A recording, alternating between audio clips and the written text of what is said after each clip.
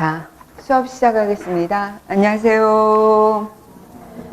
자, 이번 크리티컬 솔루션의 과정은 여러분들이 이론을 제대로 요번 연도에 이론을 듣지 않았거나 한번 빠르게 좀 문제를 통해서 이론을 정리하시고 싶으신 분들을 대상으로 한 강의라고 생각하시면 됩니다. 내용은 이제 기본적인 개념을 정리하기 위한 가장 이론적인 개념 문제들을 하고 그 다음에 기출의 변형 문제들로 이루어져 있다라고 생각하시면 됩니다. 그래서 주요한 문제들은 여기 이제 핵심적으로 모아 있긴 하지만 여러분들이 이것만 해서는 사실은 되게 부족하기는 해요. 하지만 쓰는 연습할 때 개념을 좀 정확하게 잡고 싶은 분들은 여기 이번 마지막 한 바퀴 도는 커리를 통해서 내가 개념 정리를 좀 완전히 하고 쓰는 연습도 제대로 한번 해보겠다라는 각오로 해보시면 좋을 것 같습니다. 여러분, 아마 내용은 우리가 이론 시간에 했던 내용하고 거의 많이 정리가 비슷하게 될 겁니다. 자, 그러면 바로 이제 시작할 텐데 여러분이 단원을 먼저 보시면 이 단원이 과학의 본성, 그리고 교육과정, 교수학습 이론, 교수학습 방법, 그리고 과학교육의 평가 이렇게 5단원으로 이루어져 있습니다. 근데 이제 교육과정은 이미 특강을 찍어 놓은 것이 있기 때문에 아마 여러분들도 크리티컬 솔루션을 듣는 분들도 그 특강은 들으실 수 있을 거예요. 그래서 그 특강을 통해서 다시 한번 정리하시고 여기 있는 내용에 대한 쪽지 시험은 그냥 여러분들이 기입형이기 때문에 그냥 혼자 연습하시면 됩니다. 우리가 본 수업에서는 그러니까 과학의 본성, 그리고 과학학습 이론, 그리고 교수학습 방법 평가 이렇게 4단원에 집중적으로 시작할 거고 이제 첫 번째 단원이 과학의 본성 단원입니다. 여러분들 과학의 본성 단원 다 아시겠지만 크게 과학의 본성은 4가지로 이루어져 있다라고 했습니다. 여러분 과학의 본성을 한마디로 얘기하면 뭐라고 얘기할 수 있어요? 과학 지식의 특성과 그 형성 과정에 대한 것입니다. 그래서 과학 지식이 어떻게 형성이 되고 어떤 특성을 가지고 있는가에 대한 내용이 포함이 되어 있고 여기가 바로 과학 지식이 어떻게 형성되어 갔는가라는 것과 과학 지식이 어떤 특성을 갖는가 이게 바로 뭐냐면 인식론인 거예요. 지식이 어떻게 형성되느냐라는 거에 대한 관점을 설명한 게 인식론이다라고 생각을 하시면 됩니다. 그래서 인식론은 시험에 진짜 많이 나오잖아요. 인식론으로 물어보는 것이 아니라 여기 과학의 본성이 가지고 있는 특성 아니면 과학 지식의 특성 이렇게 했을 때 인식론의 관점을 전통적인 관점과 현대적인 관점으로 본다는 거 아마 아실 겁니다. 이걸 커다란 맥락에서도 설명할 수 있어야 되고 이거를 각각에 대한 부분적인 특성을 우리가 알아볼 겁니다. 그 다음에 두 번째로 들어가는 게 뭐냐면 과학 지식이 이렇게 형성이 되고 이러한 특성을 통해서 변화되어 왔는데 우리가 과학 지식이 형성되는 과정에는 어떠한 과학적 방법이 사용이 되었는가 이거에 대한 얘기를 하겠죠. 여러분들 과학적 방법이라는 것 자체가 다른 말로 하면 바로 뭐냐면 철학이죠. 과학적 방법이라는 거는 사고하는 방법이기 때문에 철학적 관점이라고 볼 수 있는 거예요. 그래서 여러분들이 다 아시는 대표적인 과학적 방법이 귀납법, 연역법, 가설연역법, 반증법, 규칙법 이런 것들이 있죠. 이런 것들에 대한 내용을 다시 한번 또 정리할 겁니다. 그리고 더 나아가서 이러한 사고를 거치는데 그냥 사고로 하는 게 아니라 과학자들은 실험도 하고 조사도 하고 견학도 하고 연구도 하고 토론도 하고 이런 거 할 거 아니에요. 그런 걸 우리가 통틀어서 뭐라고 합니까? 탐구라고 하는 거예요. 탐구. 탐구 활동을 거치니까 여기에는 과학적 탐구에는 어떤 것들이 또 있는가 이런 걸 살펴보는 거예요. 그래서 이러한 인식론적인 관점과 방법과 탐구를 통해 과학 지식이 형성되고 변화 발전을 했는데 이런 과학이라는 것이 하는 역할이 뭐냐면 과학의 역할은 그냥 어떤 데이터를 모아놓고 그거를 축적해놓고 이게 아니라 그걸 통해서 왜 이런 현상이 나타났는지를 설명하는 이론을 만들고 그 이론을 통해서 이해를 하고 이해를 바탕으로 앞으로 어떤 일이 일어날 것 같다라는 예상을 하고 예상이 되었다면 통제하려는 시도를 하는 게 과학의 목적인 거예요. 그래서 우리가 이런 것들을 통해서 실제로는 과학 이론이 형성이 되는 거다라는 것입니다. 그래서 과학 이론에 어떤 특성을 가지고 있고 어떻게 변화되어 왔는가라는 걸 정리하는 걸로 과학의 분석이 이루어져 있다라고 생각하면 됩니다. 이해되시죠? 그래서 여러분이 과학의 분석이다 그러면 이렇게 여러분이 손아귀에 딱 생각하시면 돼요. 과학 지식이 어떤 특성을 가지고 있지? 어떻게 형성되어 왔지? 이때 사용된 과학적 방법은 무엇이지? 그러면 이런 과학적 방법과 함께 어떤 탐구들이 진행되어 왔지? 이런 탐구를 통해서 과학 이론이 형성이 되고 어떻게 변화 발전했는지를 정리해 놓으시면 됩니다.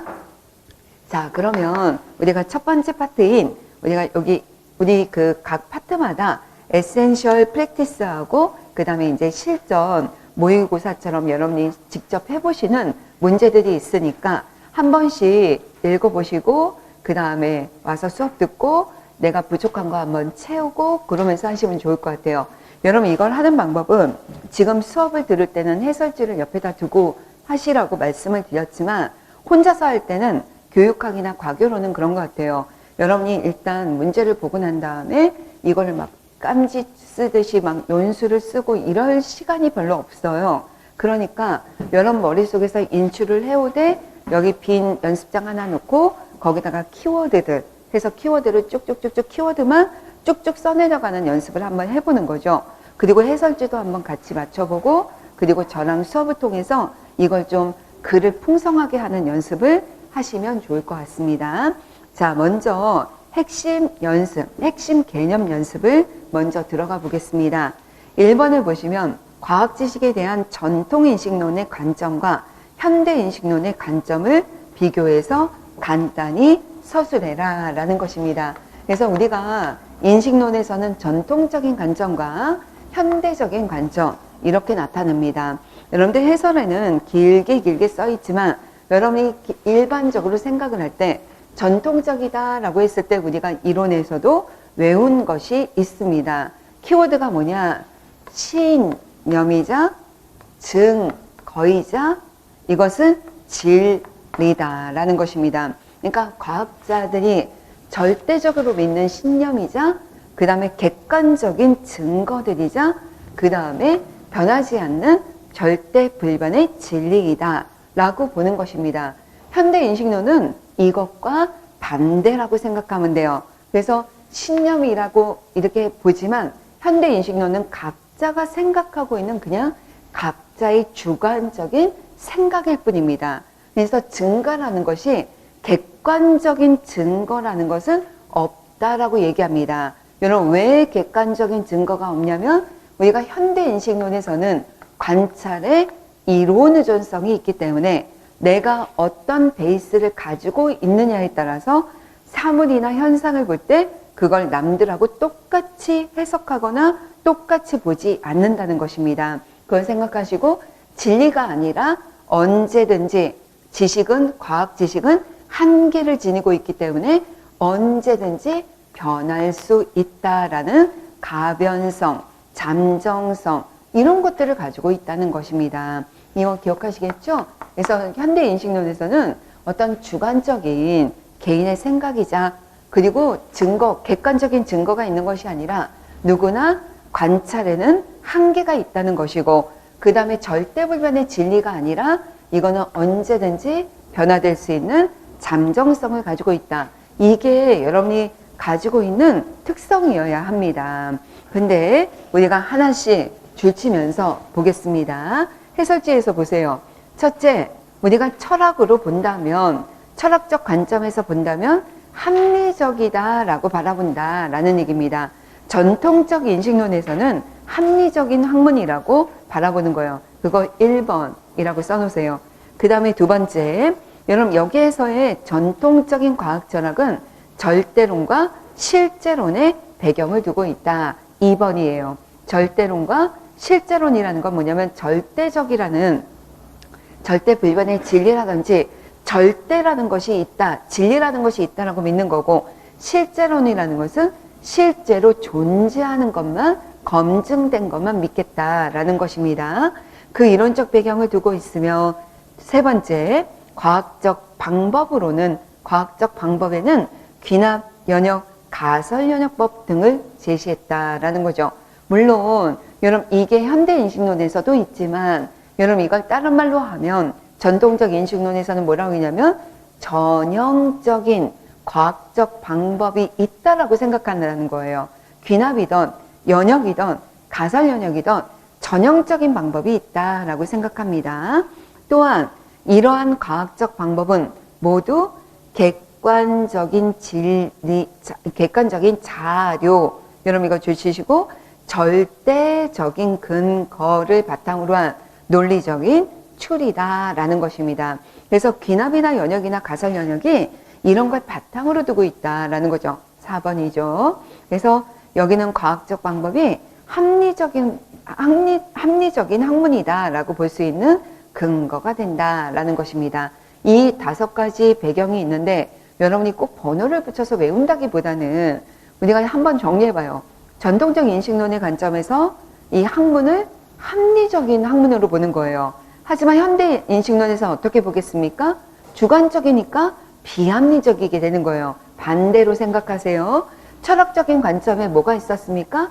절대론과 실제론이 배경을 두고 있는 거예요. 그렇죠? 방법에는 또 구체적인 방법에는 뭐를 제시했습니까?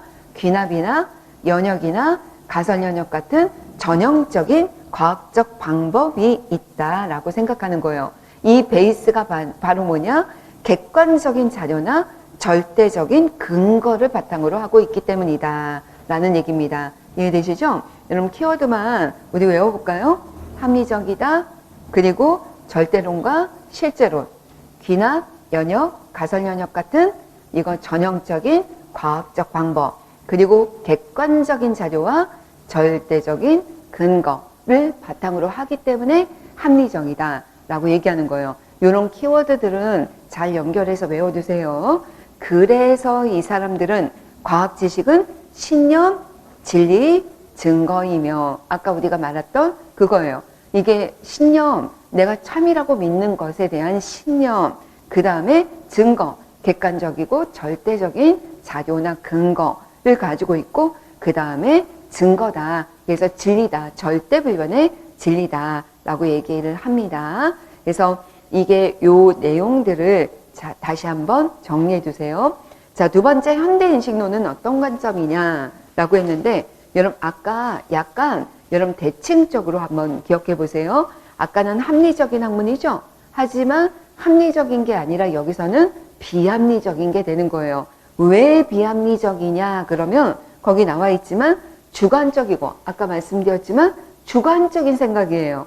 그리고 각자의 자기가 믿는 진짜 신념이 아니라 자기가 그냥 주관적인 생각으로 생각하는 주관적이고 이념적인 학문이 될 수밖에 없다라는 얘기입니다.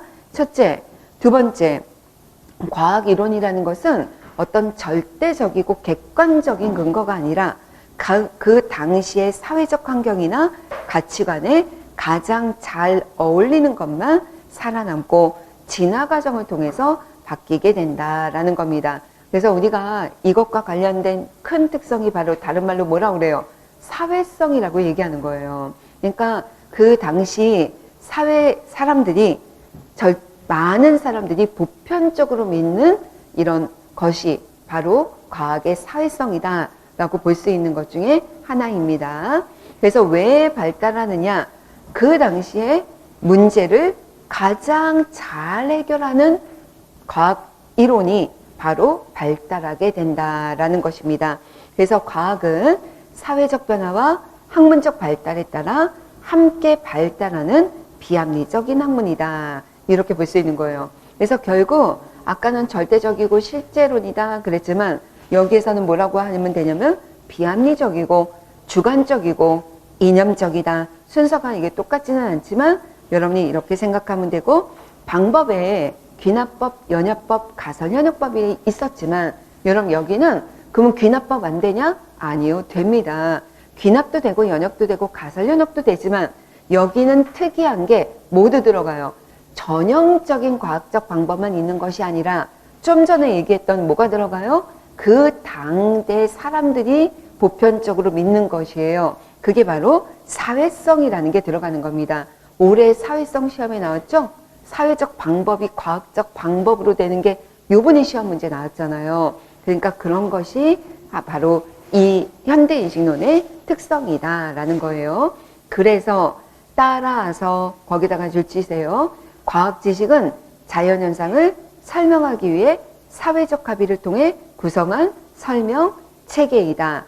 이게 과학 지식의 정의가 되는 겁니다. 자, 그러면 이거가 대비되는 게 바로 뭐냐? 전통적 인식론에서는 과학 지식을 뭐라고 봤습니까? 신념이자 증거이자 진리이다 라고 얘기했는데, 우리가 현대 인식론에서의 과학 지식은 바로 뭐냐면 자연현상을 설명하기 위한 설명 체계가 되는 거예요. 근데 그냥 설명 체계가 아니라 사회적인 사회성이 들어갑니다. 사회적인 합의를 통해 구성한 설명 체계이다 라는 거죠. 여러분, 구성했다는 것도 굉장히 중요합니다. 사회적으로 구성이 되는 거예요. 어떤 절대적인 근거를 통한 논리적인 추리가 아니라 구성한 것이다 라는 것입니다. 그래서 현대인식론의 철학적 관점이 되는 또 하나의 관점이 바로 뭐냐면 구성주의가 되는 거죠. 바로 그렇게 정의를 보실 수가 있습니다. 그러니까 여기서 보면은 우리가 그 밑에도 있지만 감각적이거나 아니면 자료 우리가 관찰을 통한 의사소통이나 그냥 우리가 수용된 것이 아니라 능동적으로 구성된 것이다 라는 걸 기억하시고, 절대불변의 진리가 아니라 언제든지 밝힐 수 있는 잠정적인 개념체계이다 라는 걸 기억하시면 됩니다. 그래서 여러분이 얘네들의 가장 커다란 특징이 되는 합리적인 학문이냐 아니면 비합리적인 학문이냐, 여러분 이런 거, 여기는 실제론적이고 그리고 여기에 절대론적인 이런 것이 있지만 현대인식론에서는 주관적이고 그리고 이념적이기 때문에 비합리적이다. 여러분 이런 걸 생각할 수 있고, 여기는 과학적 방법이 우리가 귀납이라든지 연역이라든지 이런 것과 같은 전형적인 과학적 방법은 따로 있다라고 생각하지만 현대인식론에서는 전형적인 방법은 없다라고 보는 것입니다. 어떤 것도 가능해요? 사회성이라는 사회적 합의라는 것도 이 과학적 방법의 중요한 한 가지 예가 된다라는 것입니다. 게다가 이것만 있는 것이 아니라 옛날에 2014년 화학에서도 나왔고 2018년 화학에서도 나왔던 게 바로 뭐냐면 직관 또는 영감 또는 꿈 아니면 은유, 이런 것과 같은 것도 과학적 방법이 될 수 있다라는 것입니다. 전형적인 방법이 있는 것은 아니다라는 겁니다.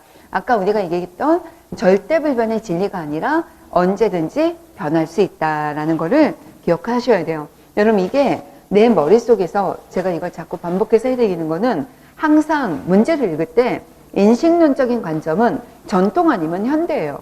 근데 전통에 들어가는 것은 합리적이고 객관적이고 절대적이고 진리, 절대불변의 진리와 같은 이런 것들이 뉘앙스가 있어야지만 여러분이 글을 읽으실 때 그걸 빠르게 분석해서 판단할 수 있다라고 보시면 됩니다. 자, 그러면 다시 한번 여러분이 정리하면서 기억하시고요. 이번에는 2번 문제로 가겠습니다. 자, 두 번째는 뭐냐면, 다음은 과학의 본성 중에 일부 관점을 제시한 것입니다. 그러니까 우리가 보통 보면 과학의 본성을 5가지 적어라 이런 식으로 나올 때 있죠. 그런 중에 이 한 가지 예들을 일부를 적어 놓은 것입니다. 각 항목에 대한 과학의 본성의 특성, 여러분 과학의 본성의 특성에다 줄치시고요. 과학의 본성의 특성에서 여태까지 가장 많이 나온 게 뭐냐? 잠정성이에요. 잠정성. 그리고 거기에다가 이제 추가로 할 수 있는 관찰의 이론 의존성이라든지 이런 거 많이 나오잖아요. 근데 최근에는 이런 것들이 많이 나온다는 거예요. 이게 바로 이제 2000년대쯤 전후로 나왔던 논문에서 나온 거를 제가 여기다 정리한 것입니다. 그러니까 교수님들이 그런 부분을 따다 쓰는 거예요. 첫째가 뭐냐? 모형이에요. 여러분들 아시겠지만 2014년 이후에 물리 전공도 그렇고 모형이 굉장히 많이 나왔었습니다. 그래서 그거 생각하시면 일단 첫째가 모형에 관한 인식인데, 여러분 모형이 무엇입니까? 여러분 모형이 뭐죠? 모형을 이제부터는 한마디로 얘기하실 수가 있어야 돼요. 이제 여러분이 모형이 뭐야? 그러면 툭 튀어나올 수 있도록 정리를 하셔야 됩니다. 여러분이 우리가 이 모형이라는 것과 생각할 수 있는 게 바로 뭐냐면 과학 지식의 구성 요소 기억나시죠? 과학 지식의 구성 요소에 뭐가 있습니까? 사실, 개념, 법칙, 원리, 이론, 모형, 그리고 가설. 여러분 이런 것들이 있잖아요. 여러분 여기에 모형이 있는 거예요. 근데 제가 쓸 때 여러분 얘네들을 거의 같은 수준으로 한번 써봤습니다. 여러분 사실은 뭐죠? 사실은 뭐죠? 오감을 통해 관찰한 바를 기술한 거. 이게 그냥 팩트. 자료 수집한 거. 이게 사실이에요. 개념이 뭐라고 그랬습니까? 사물이나 현상에 존재하는 공통적인 증거 속성. 여러분 이것이 컨셉이 되는 거예요. 컨셉. 여러분 법칙은 뭐라고 그랬습니까? 법칙이란 로니까 개념 간의 관계. 여러분 대표적인 거 어떤 걸로 생각하면 되냐면 보일의 법칙, 샤를의 법칙을 하면 압력과 부피의 관계, 온도와 부피의 관계 뭐 이런 것들 있잖아요. 그런 것처럼 법칙이란 개념과 개념 간의 관계를 얘기하는 거예요. 그런데 법칙과 원리라는 것이 굉장히 헷갈릴 때가 많고 비슷한 경우가 많습니다. 왜냐하면 원리라는 거는 뭐냐면 법칙들에 대한 법칙인데 이게 왜 법칙들에 대한 법칙이냐면 원리는 이 안에 여러 개의 법칙이 들어있기 때문이에요. 여러분 예를 들면 우리가 아르키메데스의 원리도 그렇지만 아니면 기체 분자 운동의 원리다. 아마 물리나 화학이나 이런 데서 우리가 많이 쓰이는 기체 분자 운동의 원리, 이걸 설명하려면 기체에 관한 모든 법칙을 포함하고 있는 거예요. 그 안에. 그렇기 때문에 우리가 법칙이나 원리는 거의 비슷하지만 여기는 원리는 여러 개의 법칙들로 구성이 되어 있는 것이다. 법칙보다는 조금 더 포괄적인 것이다. 라는 걸 기억하시면 돼요. 그렇지만 여기서 이제 선을 제가 다 그었어요. 여러분 이것과 이것의 가장 큰 차이는 뭐냐? 여러분 여기까지는 데이터를 통해 얻어진, 물론 여기 현대인식론에서는 다 구성된 것 맞아요. 구성이 된 겁니다. 있는 객관적인 진리가 아니라 학자들에 의해서 구성된 거예요. 우리가 이거 분필이라고 하자 원래부터 분필이 아니라 우리가 약속한 거잖아요. 이런 게 구성이라는 거예요. 그래서 다 구성된 게 맞지만 여기와 여기는 근본적으로 차이가 있다는 거예요. 여러분 여기서 이론이나 모형이나 가설의 공통점이 뭐냐? 공통점이 뭐예요? 어떤 사물이나 현상을 설명하기 위해서 구성된 거예요. 설명체계예요. 그러니까 사물이나 여러분 아까 이론이 뭐라고 그랬습니까? 자연 현상을 설명하기 위한 설명체계예요. 이게 다 똑같습니다. 어떤 현상을 설명하기 위한 설명체계입니다. 근데 이제 전통적 인식론에서 가설과 이론의 차이를 말하는 게 뭐냐면 가설은 잠정적인 설명체계라고 하는 거고 이론은 그냥 우리가 뭐 결정이 된, 이미 확인이 된 설명체계다라고 얘기하잖아요. 하지만 현대인식론의 관점에서 봤을 때는 이론이란 이 세상의 모든 과학 지식이란 절대 불변의 진리가 아니라 언제든지 변화될 수 있는 잠정적인 설명체계이기 때문에 현대인식론에서는 이론도 잠정성을 가지고 있는 거예요. 이해되시죠? 하지만 세 개의 공통점은 뭐냐? 설명체계는 맞습니다. 어떤 현상을 설명하기 위해 구성한 거예요. 이해되시죠? 그러면 이론과 모형의 차이점은 뭐냐? 그러면 모형이라는 거는 왜 필요하냐? 그러면 이론이라는 것 자체가 어떤 현상을 설명하려다 보니까 이게 굉장히 추상적일 수밖에 없다는 거예요. 그래서 이런 추상적인 이론을 설명하기 위해 우리가 구체적이거나 시각적이거나 이런 것들을 활용을 해서 설명하기 위한 도구가 되는 거예요. 어떤 자연현상을 설명하는데 활용하는 도구다라는 것입니다. 근데 이제 차이점이 뭐냐면 우리가 모형은 현상을 여러분 우리가 착각하는 것 중에 하나가 뭐냐면 원래 모형은 세 가지 유형이 있어요. 첫째는 뭐가 있냐면 척도 모형이라는 것이 있고 이거보다 사실 더 많죠. 교육학적으로 보면 모형은 더 용어도 더 많지만 우리가 과학에서 주로 쓰이는 모형은 크게 세 가지가 있는데 척도 모형이 있고 그 다음에 비유 모형이 있고 그 다음에 이론 모형이 있다라고 얘기할 수 있습니다. 근데 척도 모형은 여러분 아시겠지만 어떻게 한 거죠?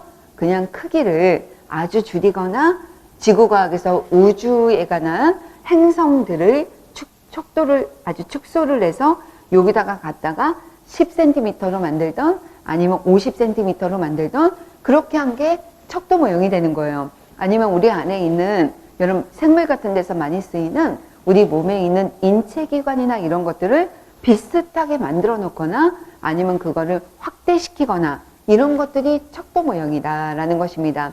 여러분 비유 모델은 뭐죠?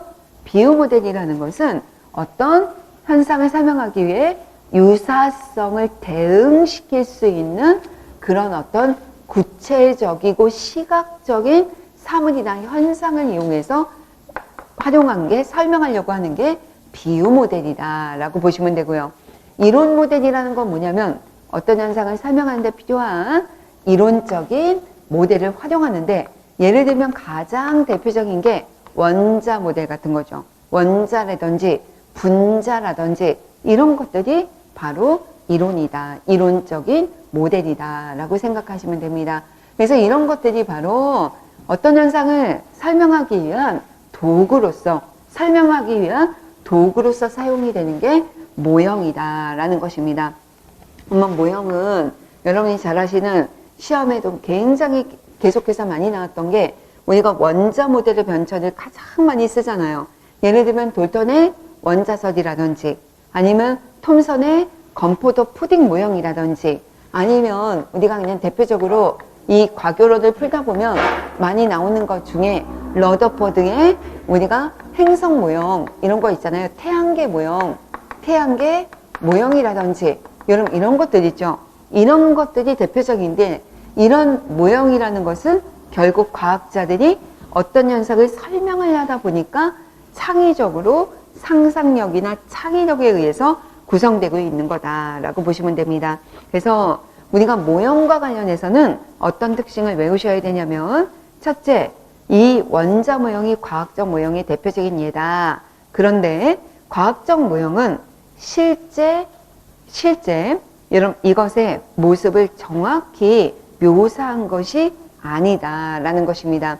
여러분 그러니까 어떤 실제 사물이나 현상을 정확히 묘사하려고 하는 것이 아니고 그 다음에 두 번째 비슷하게 표현하기 위한 것도 아니다. 여러분 이걸 조심해야 돼요. 정확히 묘사한 거 아니다. 그리고 비슷하게 표현된 거 아니다. 그냥 단지 뭐라고 그랬어요?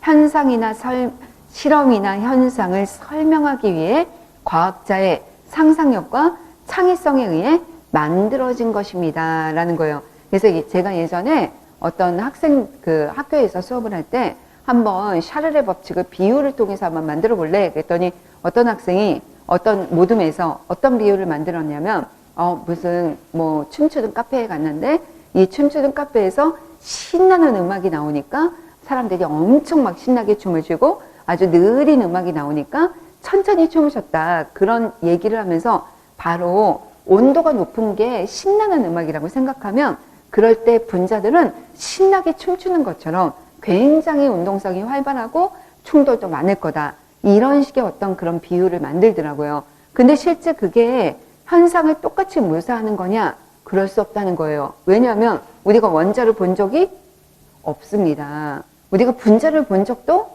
없어요. 활발하게 운동하는 거 본 적 없습니다. 그러니까 우리가 착각하고 있는 오개념 중에 하나가 실제처럼 비슷하게 묘사하거나 아니면 이거를 실제를 정확하게 묘사하려고 한 게 아니다라는 거를 기억하셔야 돼요. 그래서 모형의 특성이 뭐냐? 상상력과 창의성에 의해 구성된 거예요. 아셨죠? 자, 모형을 한마디로 외워봐요. 뭐라고요? 실험이나 현상을 설명하기 위해 과학자가 상상력이나 창의력에 의해 이거 구성한 것입니다. 라는 거예요. 이러다 보니까 이번에 2019년에 모형이 나왔잖아요. 모형의 역할을 써라. 그때 뭐라고 했냐면 2015 개정 교육과정의 기능, 모형의 개발과 사용 있잖아요. 그거를 그거 적은 다음에 여기서 모형의 역할을 써라 라는 것입니다. 그 모형의 역할은 뭐예요? 모형의 역할이 뭘까요? 모형의 역할은 어떤 실험이나 현상을 설명하기 위한 역할이에요. 아셨죠? 역할이 설명이라는 것입니다. 설명하는 역할을 합니다. 여러분 근데 여러분 이론이 만들어지면 여러분들 가설연역법 같은 거 기억나죠? 내가 어떤 이 현상을 설명하는 이론을 만들면 자기의 이론의 기초에서 앞으로 어떤 일이 일어날지 예측도 가능한 거예요. 여러분 내가 모형을 구성하고 나면 뭘 할 수 있어요? 예측이 가능한 것입니다. 여러분 모형하고 이론하고 가설은 굉장히 유사한 속성을 가지고 있지만 그렇다고 똑같은 게 아니라 다른 점을 가지고 있어요. 하지만 비슷한 공통점이 뭐냐? 설명하고 예측을 하게 된다라는 얘기입니다. 여러분 모형을 알면 모형을 통해서 설명도 하고 이거 이렇게 움직이니까 이런 일도 일어날 거야 라고 예측도 하는 거예요. 그러면 이렇게 예측을 하다 보니까 또 다른 실험을 유도하기도 해요. 그렇잖아요. 다른 것도 또 해보는 거예요. 이번에는 온도로 실험을 해봤어? 온도가 이럴 때 활발하다고 그랬지? 그러면 이번에는 압력에 대한 것도 한번 이걸로 설명을 해볼까? 이렇게 또 다른 어떤 실험을 유도도 하는 거예요. 그러다 보면 또 다른 결과가 나왔을 때 더 좋은 설명을 하기 위해 어떻게 되겠어요? 수정되고 보완됩니다. 변화가 일어날 수 있습니다. 라는 얘기예요. 모형도 잠정적으로 변화됩니다. 이해하시죠?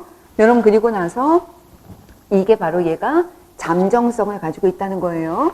이게 특징이에요. 역할이자 특징입니다. 그러나 시험에 제일 많이 나오는 또 하나가 뭐예요? 모형이 나왔다 하면 나오는 게 뭡니까? 한계점이죠. 모형에는 한계점도 지니고 있다라는 얘기입니다. 왜 그래요? 아까도 말했지만 실제와 일치하지 않는다라는 것입니다. 실제와 동일하지 않다. 이거를 기억하셔야 돼요. 실제와 동일하지 않기 때문에 여러분 이것은 모두가 대응되지 않는 속성들이 있다라는 얘기입니다. 그래서 학생들을 가르칠 때 이런 대응되지 않는 한계점이 있다는 것을 반드시 가르쳐 줘야 된다라는 거예요. 이걸 가르쳐 주지 않으면 학생들은 오히려 오개념이 유발될 수도 있다라는 얘기입니다. 이해되시죠? 그래서 옛날에 교과서에 우리가 예전에 논문을 쓴 적도 있는데 교과서에 어떤 비유를 쓰냐면 원자라든지 분자를 학생들이 그 역할놀이처럼 운동을 하거나 이런 교과서에 그런 활동이 실린 적이 있어요. 근데 그런 걸 그렇게 실어놓고 학생들이 활동을 하니까 어떤 한계점이 생기냐면 뚱뚱한 사람도 있고 약간 마른 사람도 있고 그러니까 분자들이 한 종류의 분자인데도 어떤 분자는 더 크고 어떤 분자는 작다든지 아니면 여자 분자도 있고 남자 분자도 있다든지 의인화를 통해서 오개념이 되나든지 여러 가지 문제점이 되는 거예요. 그래서 그런 것들이 존재한다라고 보시는 겁니다. 자, 그러면 여러분 시각화를 딱 시켰다면 머릿속에서 구조화시켜서 써보세요. 자, 모형은 어떤 특징이 있느냐라고 하냐면 모형이란 뭐예요? 실제를 묘사한 것도 아니고 비슷하게 구성하려고 한 것도 아니라 어떤 실험이나 현상을 설명하기 위해 과학자가 주관적이고 상상력과 창의성을 통해 구성한 거다. 이게 모형의 특징입니다. 설명하기 위해 구성한 것이다 라는 겁니다. 그런데 그러다 보니까 모형의 역할이 무슨 역할이 있다? 첫째, 설명하기 위한 거다. 둘째, 설명을 바탕으로 예측을 하는 거다. 이러다 보니까 얘네는 또 다른 실험을 유도하기도 하고 그러다 보면 더 좋은 설명을 위해 바뀌기도 한다. 모형도 발전하는 거예요. 그거의 대표가 원자 모형이 발전해 나가는 거랑 똑같은 거예요. 모형은 이렇게 점점 발전해 나갑니다. 그러나 한계점도 지니고 있습니다. 어떤 한계점? 실제와 동일하지 않으니까 한계점이 있다는 것을 반드시 알아야 한다라는 얘기입니다. 그리고 학생들 교수학습 도구로서의 장점은 뭡니까?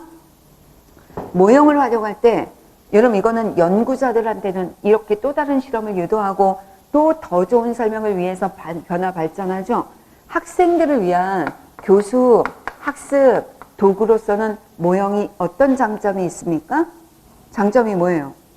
이해를 돕죠. 제일 중요한 게 이해를 돕는 거예요. 교육과정에도 써 있어요. 이해를 돕는다. 그 다음에 여러분 이게 친숙하고 구체적인 것들을 활용하니까 학생들의 학습 동기나 주의 집중을 이끌어낼 수 있다라고 생각하면 됩니다. 여러분 모형 외우셔요. 자, 모형이란 실험이나 현상을 설명하기 위해 구성된 것이다. 과학자들이. 자, 이것입니다.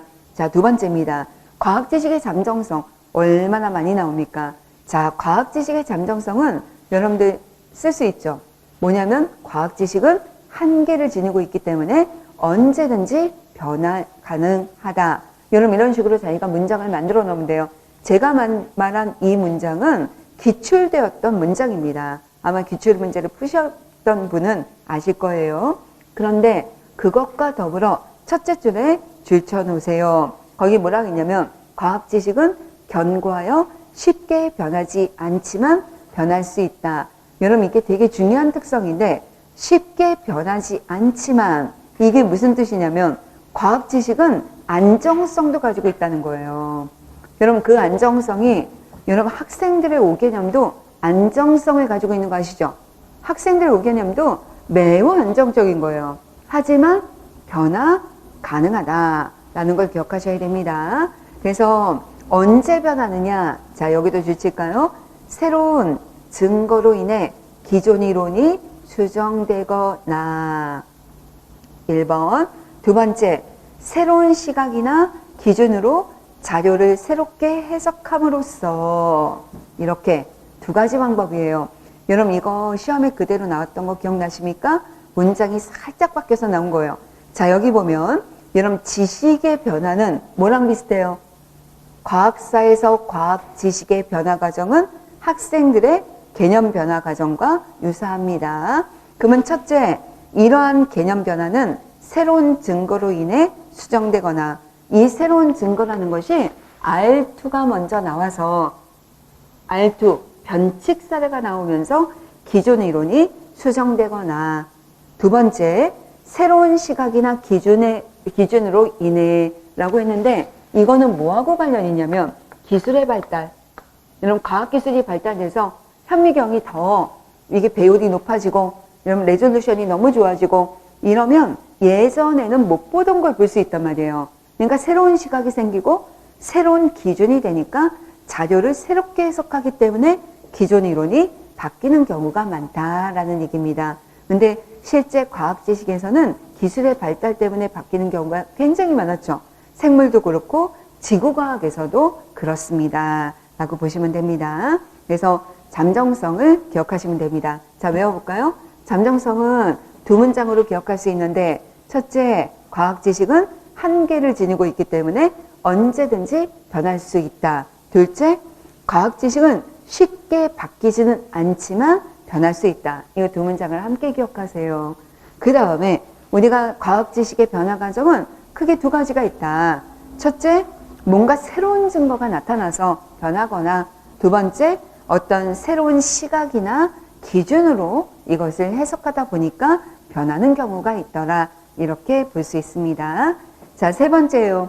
이번에는 과학 지식의 주관성입니다. 여러분 주관성, 여러분 주관과 반대가 객관이잖아요. 전통적 인식론에서는 객관적인 증거, 자료 기반으로 한다라고 하지만 여기서는 주관성을 가지고 있다라는 것입니다. 여러분 이것과 관련 있는 가장 대표적인 용어가 뭐냐? 관찰의 이론 의존성이에요. 이게 관찰의 이론 의존성과 굉장히 유사합니다. 근데 여기 보면 과학 지식은 주관적이며 이론 의존적인 측면을 지닌다라는 것입니다. 쭉 줄여놓으세요. 이게 이론 의존적인 측면을 지니는데 여기 보면 과학자의 신념, 선지식, 훈련, 경험, 기대 등은 그들의 연구에 실제적인 영향을 준다. 왜 그러냐면 어떤 것을 수행할지, 어떤 것을 관찰할지, 이것을 어떻게 받아들이고 해석할지에 영향을 준다라는 거죠. 여러분 우리는 이걸 바탕으로 하나를 외우면 관찰의 이론 의존성을 외울게요. 관찰의 이론 의존성이 한마디로 뭡니까? 관찰자의, 여기 나와 있잖아요. 관찰자의 신념, 선지식, 훈련, 경험, 기대가 관찰에 영향을 주는 거예요. 관찰과 해석에 영향을 주는 게 관찰의 이론 의존성이다 라고 기억하시면 됩니다. 근데 여러분 그러면 우리가 객관적인 관찰이 필요하니까 관찰을 할 때 관찰의 이론 의존성이 없이 하면 좋겠네요 라고 생각을 하는데 여러분 관찰자가 관찰의 이론 의존성이 없이 관찰하는 것은 안 됩니다. 왜냐하면 우리가 관찰이란 자신의 이론을 검증하거나 뭔가 이론을 설명하기 위한 의도가 있어야지 되는 거지 객관적인 관찰이라는 것은 존재하지 않습니다. 이 세상의 모든 관찰은 관찰 이론 의존성을 가지고 있다라고 보시면 돼요. 자, 네 번째는 추론과 상상력의 사용입니다. 그래서 여기 보면 과학 지식은 부분적으로 사람들의 추론이나 상상력이나 창의성의 산물이다라는 것입니다. 그래서 거의 대부분의 지식이 이렇게 상상력과 창의성 이런 거에 기초하고 있는 경우가 많더라라는 겁니다. 예를 들어서 우리가 지금 화학에서 2번이나 나왔던 것이 뭐냐면 화학에서 벤젠 구조를 알게 된 케쿨레가 꿈을 통해 여러분 꿈속에서 뱀이 꼬리를 물게 됐다. 여러 가지 꿈을 막 이렇게 너무 생각을 하다 보니까 꿈속에서 그런 상상을 통해서 그런 것들을 구성하게 되는 것도 한 가지 예다라고 보시면 되겠고요. 두 번째는 멘델레예프도 마찬가지죠. 멘델레예프도 우리가 뭔가 원소들 간에 규칙성이 있는 것 같은데 그 규칙성을 찾으려고 막 하다가 잠깐 꿈을 꿨는데 꿈속에서 그거를 배열을 맞췄다고 하죠. 그래서 벌떡 일어나가지고 그거를 배열을 맞추고 나서 그거를 설명하기 시작했다고 합니다. 바로 추론과 상상력이라는 게 전통적인 인식론에서는 안 되지만 현대 인식론에서는 전형적인 과학적 방법이 없으니까 다양한 방법이 가능하니까 이런 상상력과 추론이 가능하다라고 보시면 됩니다. 이거 외에 여기에 직관이라든지 아니면 영감이라든지 예석 꿈이라든지 아니면 은유라든지 이런 것들이 상상력이나 추론 이런 것과 관련이 있다라는 것입니다. 자, 이제 다섯 번째입니다. 과학적 방법에 대한 잘못된 신념. 이게 뭐냐? 여러분, 잘못된 신념을 가지고 있는 건 어디냐면 전통적인 인식론이겠죠. 전통적 인식론의 잘못된 신념이 무엇입니까? 전형적인 과학적 방법은 따로 존재한다라는 것입니다. 우리가 이 평소에 실생활에서도 그런 걸 되게 많이 봐요. 예를 들면 침대는 과학이다. 뭐 아니면 과학적 방법이 있다. 과학적 방법을 통해, 과학을 통해 막 이런 식으로 용어를 쓰다 보니까 뭔가 과학이라는 것은 아주 전형적이고 절대불변이고 굉장히 가치로운 그런 것이 있는 것처럼 보인다라는 거예요. 그래서 전통적 인식론에서 가장 잘못된 게 뭐냐면 5개념이 잘못된 신념 중에 하나가 보편적인 과학적 방법이 존재한다라고 생각하는 거예요. 그래서 예전에 우리가 했던 옛날 사람들은 문제인식, 가설설정, 변인 통제 실험을 한 다음에 그 다음에 가설을 검증하고 결론을 도출해서 여기에서 다시 또 실험을 하고 이런 식의 어떤 방법이 보편적인 방법이다라고 믿었던 거죠. 하지만 현대인식론적인 관점에서는 거기에 나타나 있듯이 보편적인 과학적 방법은 없다라는 것입니다. 여기에는 관찰도 하고 관찰의 이론 의존성이라는 한계도 있지만 관찰도 하고 비교도 하고 측정도 하고 시험도 보고 사색도 하고 가설도 만들고 개념적 도구를 창조하고 구성하고 등등등 다양한 방법이 활용이 된다라고 보시면 됩니다. 자, 이제 마지막으로 과학과 예술을 비교하는 방법도 있는데, 최근에는 여러분 우리가 2009 개정 교육과정에서는 2007 개정에서는 스템이 나오기 시작했고, 그 다음에 2009 개정이 되면서 스팀 이런 식으로 발전을 하기 시작했죠. 그리고 현재도 사실은 있습니다. 근데 여기에 추가되었던 것이 바로 뭐냐면 과학과 기술과 공학과, 그리고 바로 A가 아트죠. 아트가 바로 예술입니다. 그래서 사실 외국에서는 과학이나 영재를 기르는 데 있어서 과학 영재만이 아니라 바로 예술성, 예술을 하는 예술과 과학과의 어떤 공통점이 있기 때문에 그런 접목을 굉장히 많이 했다고 합니다. 그래서 우리가 실제 우리 교과서에도 보면 아직도 스팀 남아 있습니다. 그래서 그런 것들 보시면 돼요. 그래서 어떤 공통점이 있을 것 같습니까? 그러면 어떤 공통점이 있죠? 이 과학의 본성을 검사하는 검사지에 이런 내용이 있어요.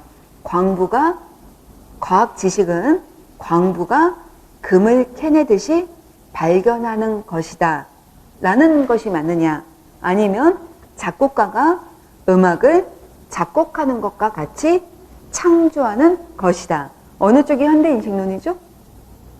바로 작곡가가 음악을 작곡하듯이 창조하는 것이다 라는 것입니다. 광부가 금을 캐내듯이 발견하는 것이 아니다 라는 것을 기억하시기 바랍니다. 그래서 여기서 보시면 예술과 마찬가지로 상상력이나 직관이나 감정이나 시각화 이런 것 등등이 굉장히 창조적인 측면과 유사하다, 이렇게 보시면 되겠습니다. 그래서 과학의 본성의 특성에 대한 내용들을 함께 비교해서 보시기 바라요. 자, 이번에는 3번 문제로 가겠습니다. 과학 지식의 사회성에 대해 간단히 설명하고 이와 관련된 예시를 한 가지 이상 서술해라 라고 되어 있습니다. 근데 여러분들 아시겠지만 과학 지식의 사회성이 작년, 재작년, 그리고 올해 이렇게 계속 과학 지식의 사회성이 나오고 있다라고 보시면 됩니다. 근데 이미 과학 지식의 사회성은 이미 과학 지식의 특성에 들어있다라고 보시면 돼요. 여러분 과학 지식이 뭐라고 그랬죠? 자연 현상을 설명하기 위한 설명 체계인데, 그냥 설명 체계가 아니라 뭐라고 했어요? 사회적으로 구성한 설명 체계이다 라는 것입니다. 그래서 여러분 거기 보시면 세 번째 줄에 사회적 구성주의에서 과학 지식이란 자연현상을 설명하기 위해 사회적 합의를 통해 구성한 설명 체계이다 라는 것입니다. 그래서 바로 사회적 합의를 통해서 구성한 설명 체계라는 게 들어있다라고 보시면 돼요. 자, 그 다음에 밑에 보시면 철학적으로 보더라도 아까 우리가 전통적 인식론에서는 뭐라고 했냐면 실제론이나 아니면 절대론과 같이 어떤 절대적인 근거나 아니면 객관적인 자료에 기초한 논리적인 추리를 한다고 그랬잖아요. 근데 현대인식론에서는 뭐라고 했냐면 논리적 추리 외에 사회적 합의 과정을 통해 이루어지는 주관적이고 이념적인 학문으로 사회적 구성주의에서는 본다, 이렇게 우리가 볼 수 있습니다. 그래서 지식이란, 여러분 사회성을, 과학 지식의 사회성이 뭐냐 그러면 한마디로 얘기하면 뭐냐면 어떤 자연현상을 설명하기 위해 사회적 합의를 통해 구성한 설명 체계이다. 이게 한마디로면 끝이에요. 아셨죠? 여기에 핵심이 사회적 합의를 통해 구성한 설명 체계다. 근데 왜 사회적 합의를 구성하는 거냐? 그게 왜 그러냐면 이게 과학 지식이라는 게 현대인식론적인 관점에서는 주관적이고 이념적이기 때문에 사회 구성원들 간의 이런 토론이나 이런 걸 통해 사회적 합의를 통해 구성할 수밖에 없다라는 것입니다. 그래서 여기에 내용이 쭉 나와 있을 거예요. 그러다 보니까 사회적 합의를 통해서 구성되다 보니까 그 밑에 있죠. 당시 당대의 환경이나 가치관에 가장 잘 어울리는 것만 살아남는다. 여러분 내가 만약에 추가로 써야 된다면 당, 대, 사회에서 추구하는 가치관 또는 그 시대의 환경에 적합한 것만 잘 살아남는다라는 것입니다. 그래서 그 당대 사회에 영향을 받는다. 그 당시에 사회에 영향을 받는다. 이거 보시면 돼요. 여러분, 다시 한번. 여러분, 우리가 지식의 사회성이 뭐냐? 그러면 자연현상을 설명하기 위해 사회적 합의를 통해 구성한 설명체계인데, 이 사회적 합의를 하다 보니까 누구의 영향을 받느냐? 그 당대 사회의 가치관이나 환경, 이런 것들의 영향을 받게 된다. 이게 되는 거예요. 여러분이 흐름을 잘 잡으시면 바로 외울 수 있을 거예요. 그러자 왜 이렇게 영향을 받느냐? 그 당시 사회에서 제기된 문제를 가장 잘 해결할 수 있는 그런 것들이 합의에 도달할 것이다. 이렇게 볼 수가 있습니다. 해결할 수 있는 것이 수용된다. 이 내용이에요. 여러분, 이 세 줄 길게 써봤자 우리가 4점짜리이기 때문에 굉장히 많이 쓸 수가 없습니다. 그러니까 3개 정도만 여러분이 외우시면 돼요. 흐름 잡아봐요. 과학 지식의 사회성이 뭡니까? 과학 지식이란 자연현상을 설명하기 위한 설명체계인데, 그냥 설명체계가 아니라 사회성을 갖는데, 그 사회성이 뭐냐? 당대 사회의 가치관, 이런 거에 영향을 받고 문제를 가장 잘 해결할 수 있는 그런 거를 수용하기 위해 사회적 합의를 통해 구성한 설명체계이다 라는 것입니다. 아시겠죠? 그래서 각각 외우고 여러분이 하나로 묶어주시면 돼요. 자연현상을 설명하기 위해 사회적으로 구성한 설명체계이다. 근데 이러한 사회성은 그 당대 사회의 가치관, 환경에 가장 적합한 것이 살아남게 되는데 그 영향을 받는다. 그리고 특히 지식은 그 당시 사회의 문제를 가장 잘 해결할 수 있는 게 수용된다. 과학지식으로 받아들여진다. 이렇게 보시면 되겠습니다. 이게 끝이에요. 여러분, 길게 써있지만 결국은 이런 거에 대한 내용으로 구성되어 있습니다. 3가지로 딱 압축해서 외우고 계세요. 하나는 사회적 합의에 의해서 구성됐다. 왜 사회적 합의를 갖냐면 그 당시 사회의 가치관과 그리고 환경, 얼마나 시험에 많이 나오게요. 이런 거 다 외워야 되는 용어들입니다. 그리고 또 하나는 사회 문제를 제일 잘 해결하는 것들로 이렇게 구성이 되는 거예요. 외우셨죠? 지금 이 자리에서 외우고 가세요. 집에 가서 외우는 거 다 안 됩니다. 그래서 지금 이 자리에서 외우세요. 이따가 우리가 문제 풀면서 다 쓸 겁니다. 자, 이번에 4번째입니다. 다음은 원자 모형에 대한 과학사 사례입니다. 여러분, 원자 모형에 대한 과학사 사례는 너무너무 많이 나오죠. 그래서 원자 모형 줄 치시고 이제 과학사 사례입니다. 과학의 본성에 해당하는 내용을 찾아 적고 근거를 제시하시오. 여러분, 여기 문장은 긴데 여러분 이제 분석하면서 바로바로 찾아보도록 합시다. 자, 문제를 읽어보겠습니다. 여러분, 먼저 과학의 본성을 줄쳐놨죠? 여러분이 문제 풀 때 핵심 키워드는 여러분 이거를 모두 찾아 적어야 됩니다. 근거도 제시하고. 자, 그러면 읽어봅시다. 1904년에 제안된 톰슨의 원자 모형은, 여러분 벌써 보이네. 여러분 뭐냐면 톰슨, 연구자는, 여러분 저는 읽을 때 연구자는 동그라미, 이 사람의 이론이나 아니면은 모형이나 이런 것들이 나오면 뭐 세모 한다든지 저만의 이런 기호로 표현을 해놔요. 근데 여기 원자 모형이 나오지 않았습니까? 여러분, 원자 모형이 나왔으니까 뭐라고 해야 돼요? 모형에 대한 과학의 분석의 특성이 있잖아요. 여러분, 모형이 아까 뭐라고 그랬어요? 자연현상을 설명하기 위한 도구예요. 자연현상을 설명하기 위한 설명체계로서 구성이 된 겁니다. 자연현상을 설명하기 위해 과학자가 창의성과 상상력의 기초에서 구성한 것이다 라는 거였죠. 하지만 실제와 똑같은 거 아니다. 여러분 이거는 실제와 똑같지 않고 어떤 여러분 여기 과학자가 상상력과 창의성을 통해 구성된 것이다. 여러분 모형에 대한 관점이 있습니다. 아셨죠? 그래서 모형의 역할이 뭐라고 그랬어요? 자연현상을 설명하고 그걸 바탕으로 예측하고 또 다른 실험을 유도하고 그러면 더 좋은 설명을 할 수 있는 모형으로 변화 발전해 나가는 거다. 하지만 한계점을 가진다. 이런 모형이 하나가 있었습니다. 이 모형은 알파 입자 산란 실험과 이것에 대한 러더포드의 해석에 의해 오류인 것으로 증명이 되었다라는 것입니다. 여러분 여기 보니까 여기 이 모형이 있었는데 여러분 모형이라는 건 이론이잖아요. 그러니까 여기가 톰슨의 원자 모형이 있었는데 알파 입자 산란 실험과 러더포드의 러더포드의 이러이러한 해석에 의해 오류인 것으로 증명됐다는 거예요.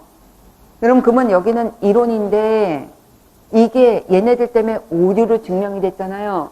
이건 다시 말하면 변칙사례죠. 두 개가 변칙사례가 되는 거예요. 그러니까 여러분 이거를 여러분이 기호를 쓸 때 동그라미 이걸로 잘 안 되면 그냥 아까도 말씀드렸지만 과학사에서 지식이 변화되는 과정은 학생들의 개념 변화랑 똑같으니까 여러분 이것이 처음에 나온 이론을 C1 여러분 그분 얘네들은 변칙사례니까 R2 그냥 우리만의 기호인 거예요.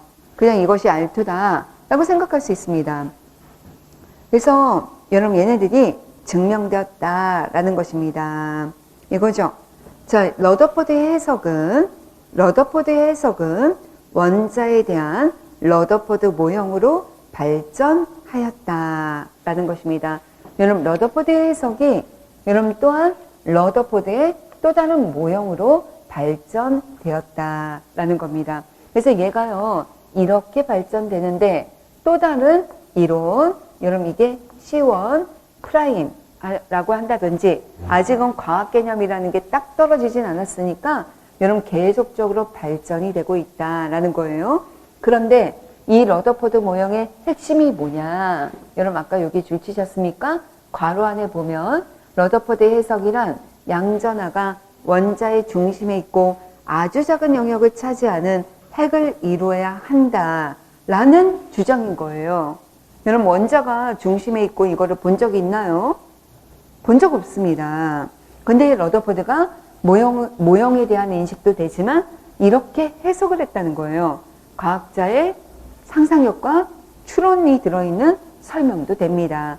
여러분 첫 번째는 모형에 대한 인식도 들어있을 거고 두 번째는 과학자의 상상력과 추론의 바탕으로 설명을 하고 있구나 라는 것도 볼 수 있습니다. 이거죠. 자, 여기에 또 하나가 보이는 게 뭐냐면 톰슨의 원자 모형이 실험을 통해 오류로 증명이 됐잖아요. 여러분 실험 결과에 통해 증명이 됐잖아요. 과학 지식이 변화되거나 이런 거에는 항상 경험적인 증거에 기반을 한다. 경험적인 증거 기반입니다. 그냥 내 멋대로 상상력과 추론만으로 되는 게 아니라 실험적인 증거가 있었기 때문에 경험적인 증거 기반에 기초하고 있다라는 걸 볼 수 있습니다. 여러분 또 하나 뭐가 보입니까? 하나가 더 있어요. 이거 2번, 3번. 여러분 또 하나가 보이는 게 뭐냐면 톰슨의 원자 모형이 러더포드의 모형으로 발전했잖아요. 이게 바로 뭐예요? 가변적이자 잠정성이죠.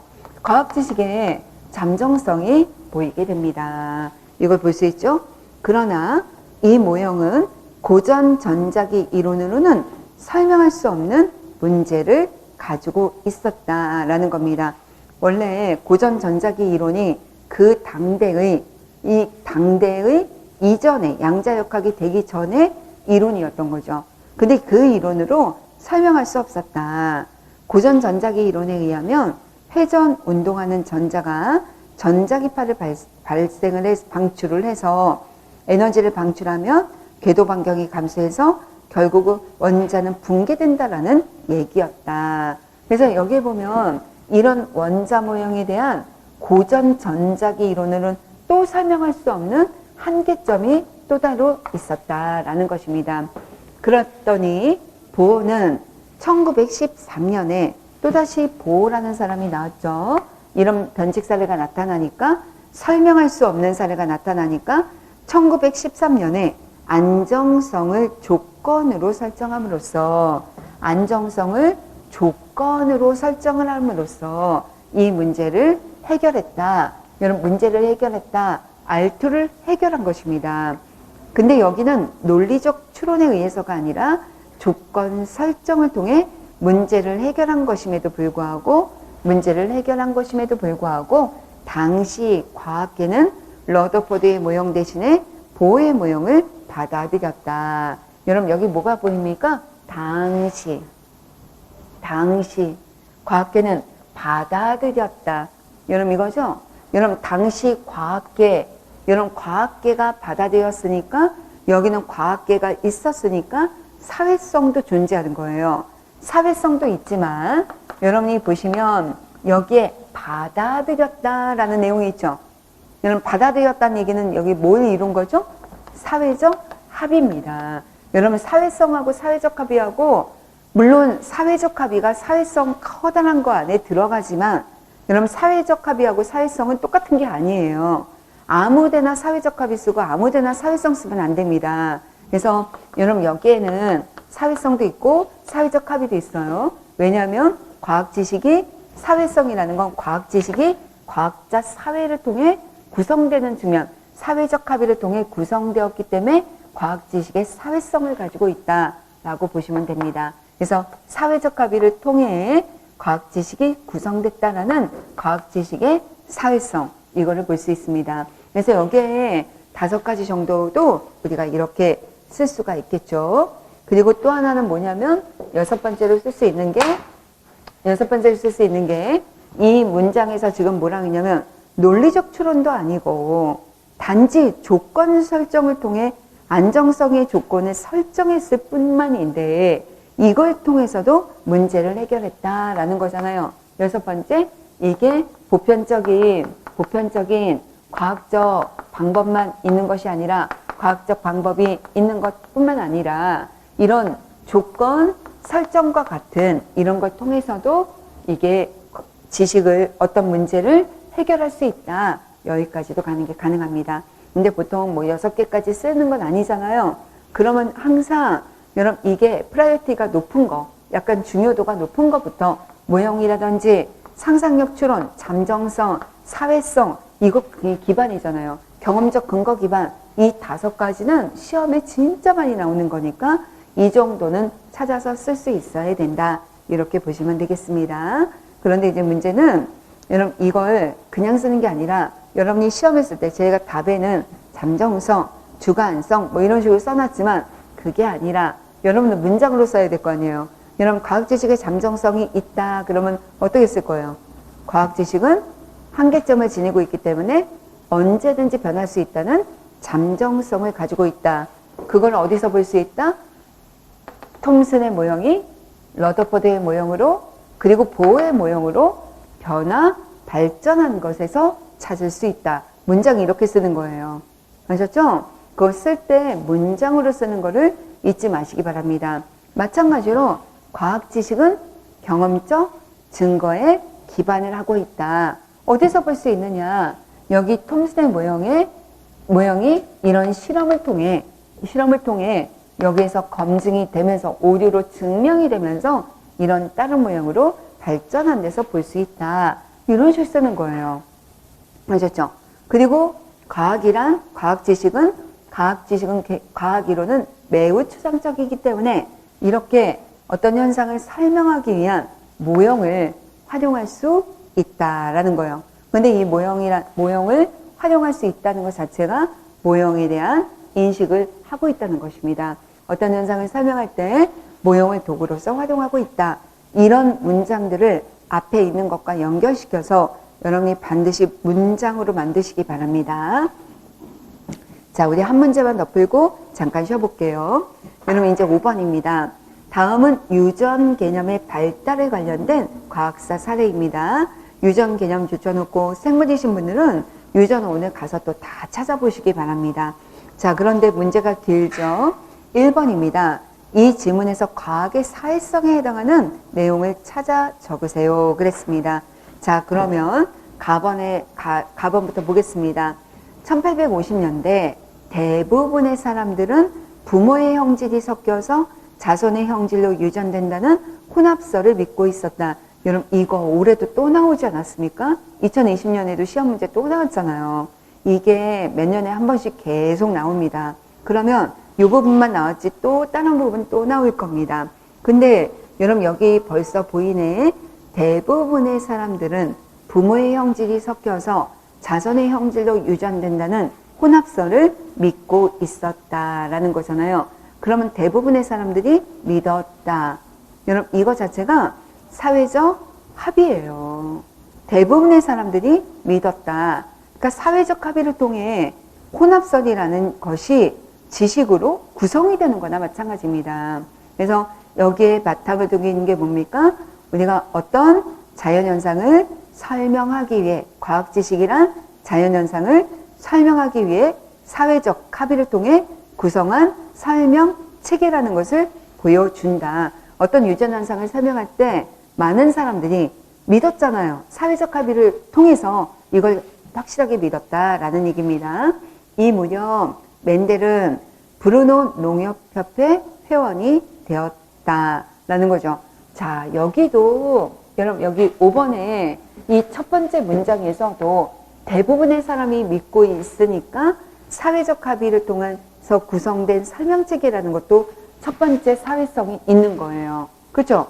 근데 두 번째 여기 또 보여요. 멘델은 브루노 농협협회 회원이 되었다라는 거잖아요. 여러분 어떤 협회의 회원이 되었다라는 얘기가 무슨 얘기입니까? 과학의 사회성이라는 것은 여기 과학자의 사회가 있고 사회가 있어요. 과학자 사회에서도 과학자 사회 안에서도 여러분 연구자들끼리 어떻게 해요? 학회도 만들고 논문도 검사하고 논문 발표도 하고 여러분 이거는 과학자 사회예요. 대학원에서 여러분 이 학생들 연구도 하고 그 다음에 후진도 양성하고 이런 거는 과학자 사회의 사회성이에요. 이건 뭐라고 하냐면 내적 사회성이라고 하는 거예요. 하지만 여기 이제 사회와의 과학자 사회와의 관계도 있다라는 거예요. 왜 그러냐면 정치적이거나 경제적이거나 이런 것들이 영향을 받을 수밖에 없는 거예요. 예를 들면 공기가 너무 안 좋으니까 과학자들이 어떤 연구를 또 많이 하냐면 공기에 대한 연구를 많이 하는 거예요. 어떻게 하면 우리가 공기가 대기순환은 어떻게 되고 이거 공기를 어떻게 하면 우리가 정화시킬 수 있을까 이런 거 개발해서 또 기술도 만드는 것, 어떤 기계도 만드는 거죠. 그러니까 사회의 요구에 따라 과학자들이 연구를 하고 또 사회에 또 이롭게 영향을 줍니다. 이런 것들이 바로 뭐냐면 과학자 사회와 실제 사회와의 연계가 영향을 주고받는 것이 바로 외적 사회성이 되는 거예요. 이렇게 가는 거는 외적 사회성. 이 과학자 사회 안에서 학회 가서 발표하고 검증받고 이런 것들은 내적 사회성 이런 것이 되는 겁니다. 이해되시죠? 아직 내적 사회성과 외적 사회성은 나온 적은 없어요. 하지만 여기는 어떤 협회의 회원이 됐다는 거는 여러분 과학자가 혼자서 천재 같은 과학자가 혼자서 단독으로 연구를 진행하는 게 아니라 과학자들도 협회에 가입을 해야 된다는 거예요. 내가 논문 쓰고 싶으면 학회 회원이 아니면 논문 못 씁니다. 돈부터 내야 돼요. 그러니까 그거랑 똑같습니다.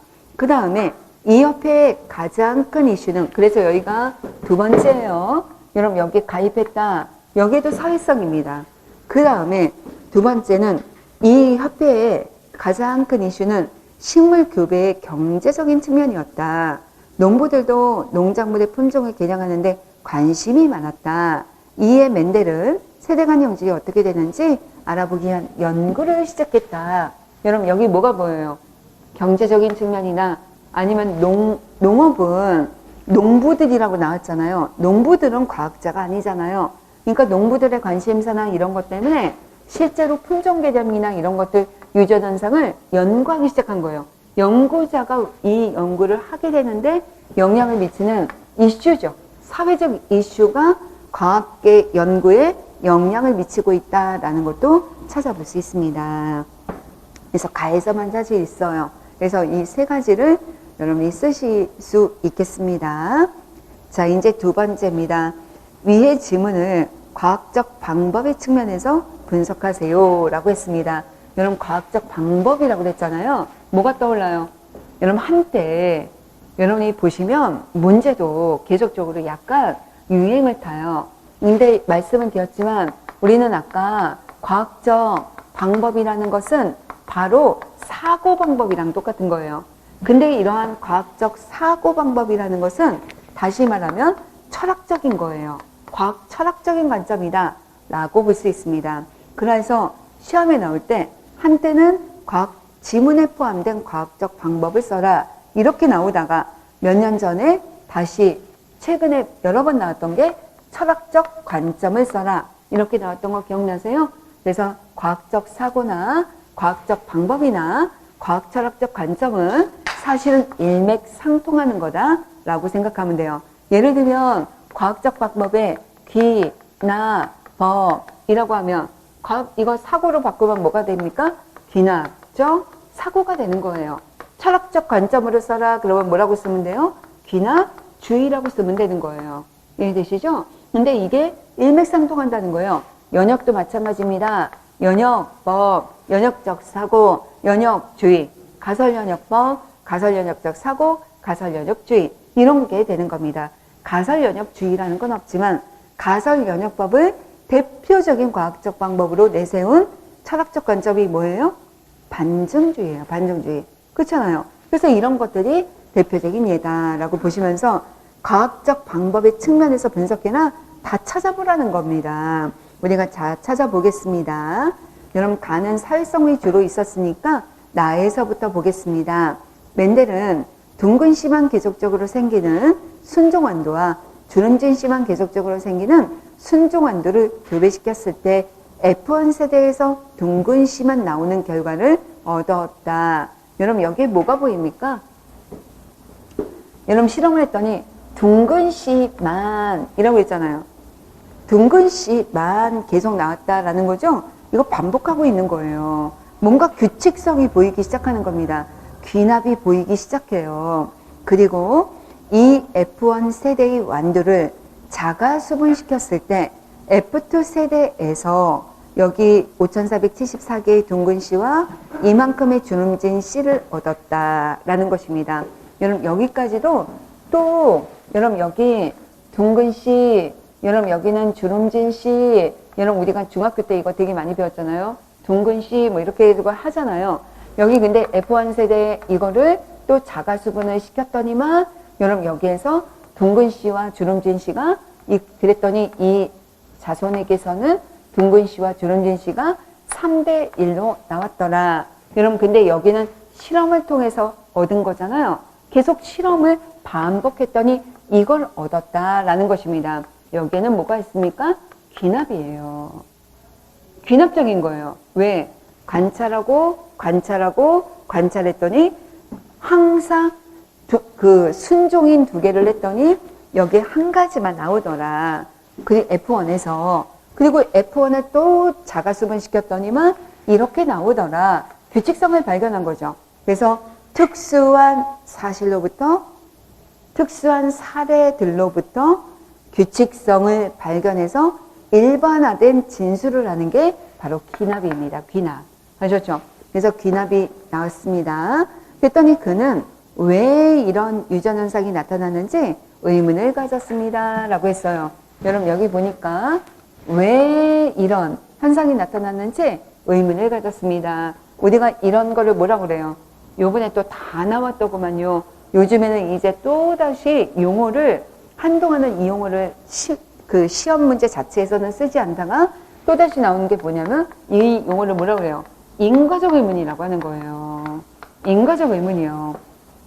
왜 이런 현상이 나오는지 궁금하였다. 이것이 바로 인과적 의문입니다. 여러분들 오늘 그 가서 카페에 가면 그 과학의 본성 게시판에 가면 거기 과학의 본성 게시판에 탐구 그 자료들이 있어요. 거기 보면 문제인식을 가서 보시기 바랍니다. 그래서 문제의 종류, 의문의 종류에 문제의 종류에는 여러 가지가 있습니다. 첫째, 이런 것도 있죠. 추측적 의문. 여러분, 이거 생물에서 처음으로 나왔죠. 2019년에 생물에서 등장하기 시작한 거예요. 그런 다른 과목도 나올 가능성 있습니다. 생물은 다시 나올 가능성도 있고요. 추측적 의문 또는 예측적 의문, 여러분 또는 인과적인 의문, 그리고 또는 방법적인 의문, 그리고 또는 적용적인 의문, 이렇게 5개 정도의 의문 종류가 있다라고 보는 거예요. 여러분, 이런 것들의 특성을 아셔야 됩니다. 여러분, 생물에서 어떻게 나왔냐면 각각의 준거에 따라 분석하는 게 나왔단 말이에요. 그러니까 아셔야죠. 여러분, 추측적 의문은 어떤 의문입니까? 어떤 현상을 발견했어요. 야, 이거 이름이 뭐야? 이거 성분이 뭐야? 이거 구조가 뭐야? 이거 무엇이야? 이렇게 물어보는 게 추측적 의문이에요. 아셨죠? 성분이 뭐야? 이름이 뭐야? 구조가 뭐야? 이런 식의 것들을 물어보는 게 추측적 의문입니다. 오늘 꼭 반드시 읽어보세요. 예측적 의문이라는 건 뭐냐면 여러분 그거랑 비슷해요. 여러분 내가 어떤 걸 변인을 조작했을 때 어떤 결과가 나오겠어? 라고 물어보는 거예요. 어떤 걸 조작을 했을 때 어떤 결과가 나오게 될까? 예측을 하는 거예요. 여러분 예를 들면 온도가 올라갈 때 이 공이 부풀까? 아니면 줄어들까? 온도가 올라가면 이 공이 어떻게 될 것 같니? 이 풍선의 크기가 어떻게 될 것 같니? 이렇게 물어보면 예측적 질문입니다. 되셨죠? 인과적 질문은 뭐예요?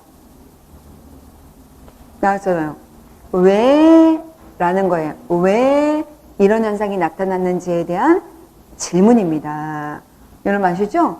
방법적 질문은 뭐냐면 내가 세탁을 하려면 어떻게 해야 되지? 어떤 방법으로 해야 되지? 여러분 내가 컴퓨터로 문자를 보내려면 어떤 방법을 써야 되지? 이런 식의 어떤 방법을 물어보는 질문이에요. 여러분 적용적 질문은 뭐냐면 오늘 실험을 끝냈는데 아니 그러면 우리가 오늘 실험을 통해서 발견한 산과 염기의 중화 반응을 어디에 쓸 수 있지? 어디에 활용할 수 있지? 일상생활에서 어디에 응용할 수 있지? 응용에 대한 질문이에요. 이해되시죠? 그래서 이러한 질문의 유형도 기억을 하셔야 됩니다. 인과적 의문이 나왔죠. 왜? 라는 질문이 나옵니다. 여러분 그러면 왜? 라는 질문이 나왔으니까 멘델은 그 이유를 말하기 시작합니다.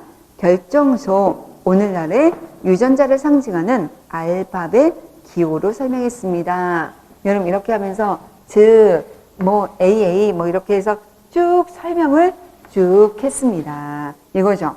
그 이유를 이렇게 설명했는데 여기에 첫 번째로 보이는 게 뭐냐면 알파벳 기호를 설명했다는 거예요. 여러분 유전자가 진짜 알파벳 기호입니까? 아니죠. 근데 지금 멘델은 알파벳 기호를 이용해서 설명을 한 거죠. 바로 여기서 사용한 알파벳 기호도 뭐가 됩니까?